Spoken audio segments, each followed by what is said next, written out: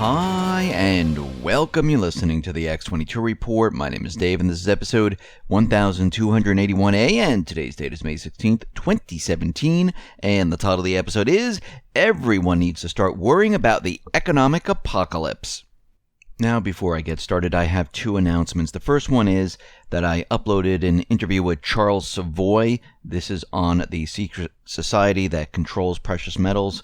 You can go to the X22 Report Spotlight YouTube channel. Just type in X22 Report Spotlight. It will bring you right to the video. Or you can go to x22report.com. All you need to do is scroll down a little bit, look over to the right-hand side. You can play the video right on the side. Or go to newssentinel.com. Same thing. Scroll down a little bit, look over to your right-hand side, and you can play the video right on the site. Now, my second announcement is that the X22 Report is now on Steemit. I've been talking to Greg Manarino and many others. Other people have been emailing me, telling me that I should get on Steemit. So the X22 Report is now on Steemit. All you need to do is type in Steemit /@X22 Report. I'll put that link at the bottom of the video to make it easier. Now, Steemit is a different type of platform. They deal with cryptocurrency. You earn Steem, which then you can trade into dollars, and they pay people who place content on the site. They also pay those individuals who comment on the site. So for those individuals that love to comment, and I'm not talking about the comments where, hey, this is great. I'm talking about a well-written comment where people are going to like it, where people are going to pay you and say, yes, this is good. It is a great way of making extra money. Then you could take that and what you make and then maybe buy silver, gold, or Bitcoin or something like that, or just leave it as the cryptocurrency of Steem. And we can see that there are many individuals on YouTube that are very nervous. I am one of those individuals because my channel was taken down about 2.5 years ago, and it was brought up over the weekend. It was taken down for a weekend. And what we can see is that YouTube is changing their policies. They're always changing their policies on what they are doing on their site. And people are a little bit nervous about censorship. People have noticed subscribers have been unsubscribed, and these individuals want to be subscribed. And we can see that things are changing, and YouTubers are looking for a different place to place their videos and to place their content, and they're spreading out all over the web looking for different social media platforms, and Steemit is one of them. So check it out. It's Steemit, STEEMIT.com /@X22 Report. I'll put the link at the bottom of this video, and you can go right to the site and you can see other individuals on Steemit. Let's get into the economic collapse financial news. Now, as we continually look at the economy, we have been noticing that things, well, they're deteriorating at an accelerated pace. And when we look at retail, it is a complete disaster. There are many, many people emailing me with all different stores that are going out of business. There's no traffic, and people are emailing me about real estate in their neighborhoods. We see a big change, and we're starting to see this spread across the country. Now, if it hasn't hit your neighborhood yet, I'm sorry to say that it will eventually, and it's going to hit very, very sudden, because as more and more neighborhoods, more and more cities, more and more areas are hit by this, it escalates and accelerates as time goes on, and it hits very hard. It's almost like a tidal wave. When it's coming onto shore, it just crashes in and everything just comes to a screeching halt. And we are seeing that, well, it's not looking good for retail whatsoever. Dick's Sporting Goods right now, they have reported a disappointing first quarter sales, said it was planning job cuts amid that, the sporting retail industry is not doing that well. We know that Sports Authority went out of business, and I see that Dick's was opening in the place of Sports Authority, and I don't know if that's going to really happening right now.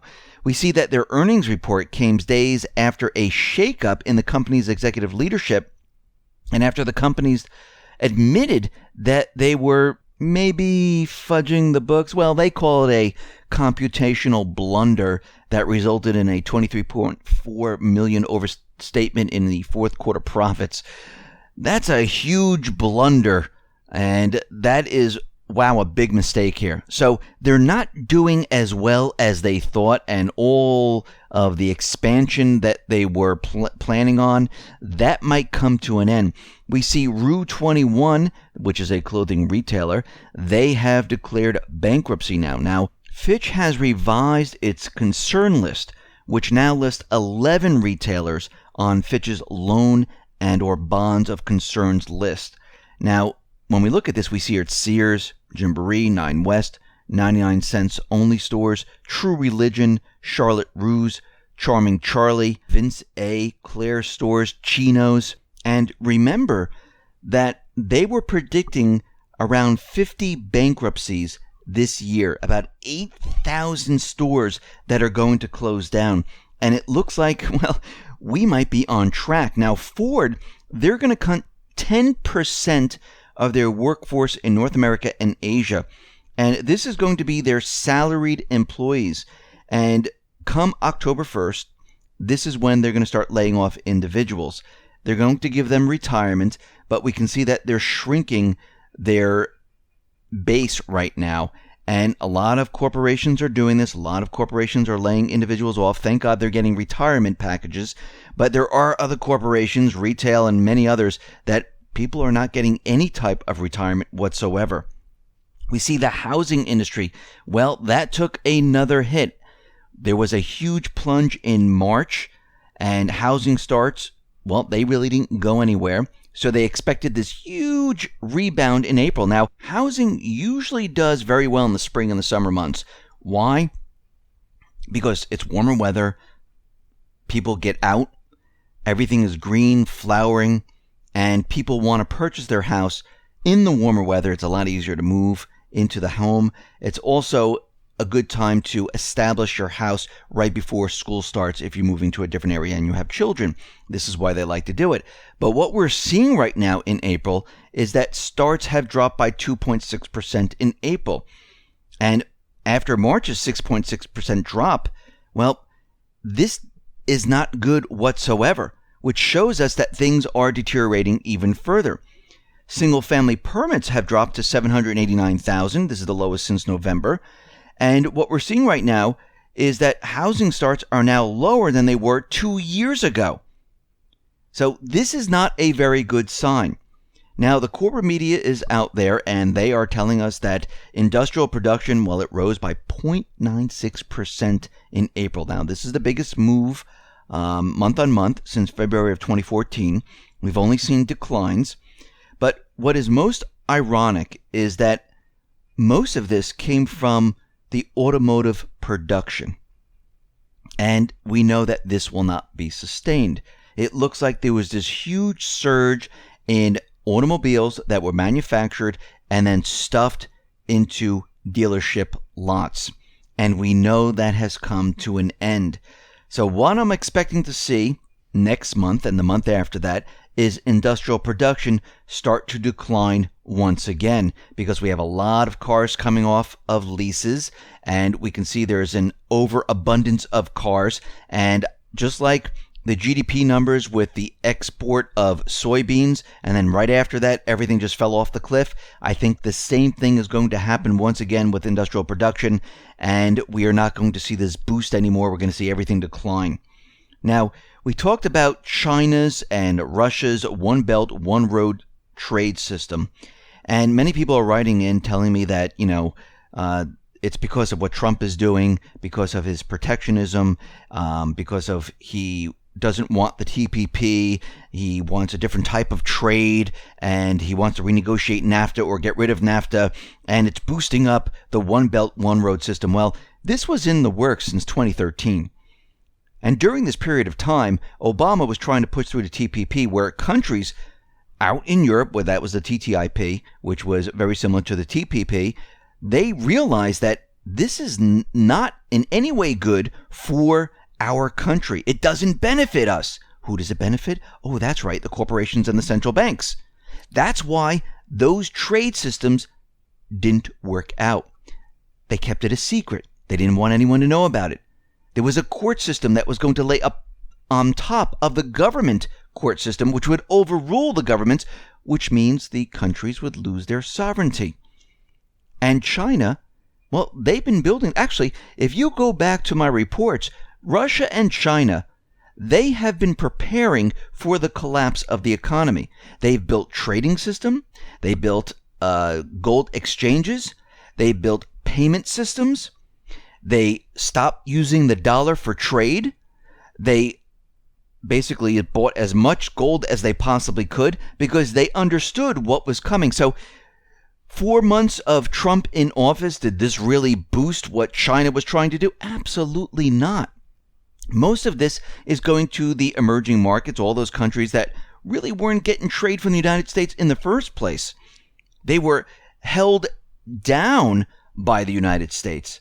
And we can see right now that things are completely changing. Remember, the dollar, that was used as the currency of trade. We will give you dollars and you give us your products because you have to hold dollars in reserves because you'll need those dollars to pay for the oil. That's coming to an end. The NAFTA trade treaty, that didn't help America.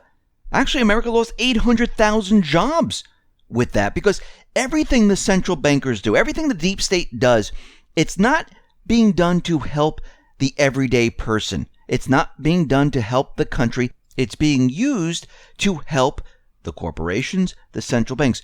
It made deals where corporations were able to move out into Mexico, into Canada, and produce their products there. It made it better for them to be in those countries. Now, everything that we've been looking at, everything that we've been seeing, we're seeing that things are rapidly falling apart. And the central bankers, they don't have a plan B. There is no plan B. What we see right now, that's what they have. There is only one reality that is denied or obscured by the status quo. It is the economy no longer works as it did in the past. The central bank narrative is the policies that work for the past 70 years are still working today. All we need to do is escape the soft patch, that Great Recession, and everything will be fine. We just need to borrow and spend more money to boost incomes and demand until the private sector gets back on its feet. But it's not working. The private sector is falling apart. More people are being laid off. The retail industry is being demolished. We have a retail apocalypse. And even the corporate media is noticing that there's a problem with retail, and it's not the weather. But the inconvenient reality is that these Keynesians, their policies, they don't work anymore. So why is fiscal stimulus so important to them? Because this is all they have left. If fiscal stimulus is withdrawn, the economy immediately goes into a contraction. It's pretty much done. And we've been at near zero interest rates for 10 years of this supposed recovery. Central banks are terrified of pushing rates higher, and they're doing it very slowly, quarter point here, quarter point there, because they know if they raise the interest rates too fast, boom, it collapses, and everyone points the finger at them. And they realize that they can't let this happen, so they have to do it very slowly. And they know there's a trigger point where the economy will start coming down. They might have already hit it, because what we've been seeing since they raised it the last time is a complete disaster in the retail market. And things are not getting better. All the hard data that's coming back is a complete disaster. And when we look at the economy, it completely no longer works. I mean, think about it. Productivity, stagnating, it's declining. Personal income, stagnating, declining. The federal debt continually moves up and up and up. It's through the roof today. When we look at the private sector bank credit, it is through the roof. Wealth inequality, through the roof. And they don't have any other plan. Their plan is to crash the system. Blame it on another entity. Maybe Trump, maybe another country. It doesn't really matter as long as they are not to blame, because they want to restart the entire system over again. They want you to believe that their system is the one to keep. And this is why they're pushing forward with the collapse. Now, Trump, from everything that I'm looking at, he is doing the same thing. And it is a race. There is a battle between these two factions. Yes, there are many smaller factions within it, but there are two factions here that are battling it out right now for control of the entire system.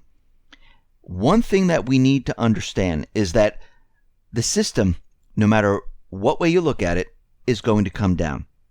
And you need to be prepared for this economic apocalypse. And I say apocalypse because it's just like the retail apocalypse you're talking about, that everyone is talking about, where all these stores are closing down, people are losing jobs. Think about an economic apocalypse where corporations, they have to lay off thousands and thousands of people. People's accounts are completely wiped out. Credit freezes up. There are no deliveries to stores. You can't get fuel. I mean, does anyone remember going back, and some people might not be old enough, going back to the 70s when we were first coming on the system and they were negotiating deals with the Middle East and trying to set everything up and put the dollar on the oil because we were coming off the gold standard, and they made us believe that there was a shortage of oil, that the earth didn't have enough oil, and we don't know if we'll be able to supply any more oil, and this is why they had the red and green flags, they had an uneven license plate. Well, that was all fake, phony, and false. There was oil. It just that the new system was coming online. But they had to make it look like we didn't have enough oil. And now here we are, 45, 46, 47 years later? And we've had plenty of oil? So basically what they did back then was to lie. They didn't want to tell you what was really going on. That we were coming onto a new system. And of course, when you come onto the new system, well, dollars had to be printed. That means there was hyperinflation. That means they could raise the interest rates. The value of the dollar decreased quite a bit. Housing went up, salaries went up, and people felt this is incredible. Well, we're on the back end now, people. Zero interest rate, negative interest rate, salaries are declining. We're seeing everything freeze up. We're seeing inflation right now. They can't raise the interest rates. It's completely the opposite of what happened during the 70s. People couldn't get jobs, but as soon as we hit the 80s, things started to improve because they got everything in line. Here, we're on the back end. Everything is going to completely collapse, and there's no way out of this except for the default. That's why Trump has been put into this position. You can hate him, you can like him, it doesn't matter. He doesn't speak well. He's not very presidential the way everyone wants him to be, because he was there. He's in that position, I should say, for a specific reason. The reason is to bring us through this default, to restructure the system, to call out people, and to show the American public what is really going on. That's why he's rough. He's from New York, first of all. That's why he is liked the way he is, because he's a guy who gets things done. And many people don't like him.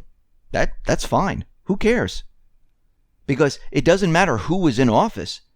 The system was going to come down one way or another. It might have been covered up by a war, and they would be able to explain it off, saying that you have to sacrifice, we can't have products being delivered, credit is freezing up, we can't get fuel, and they would have a great explanation.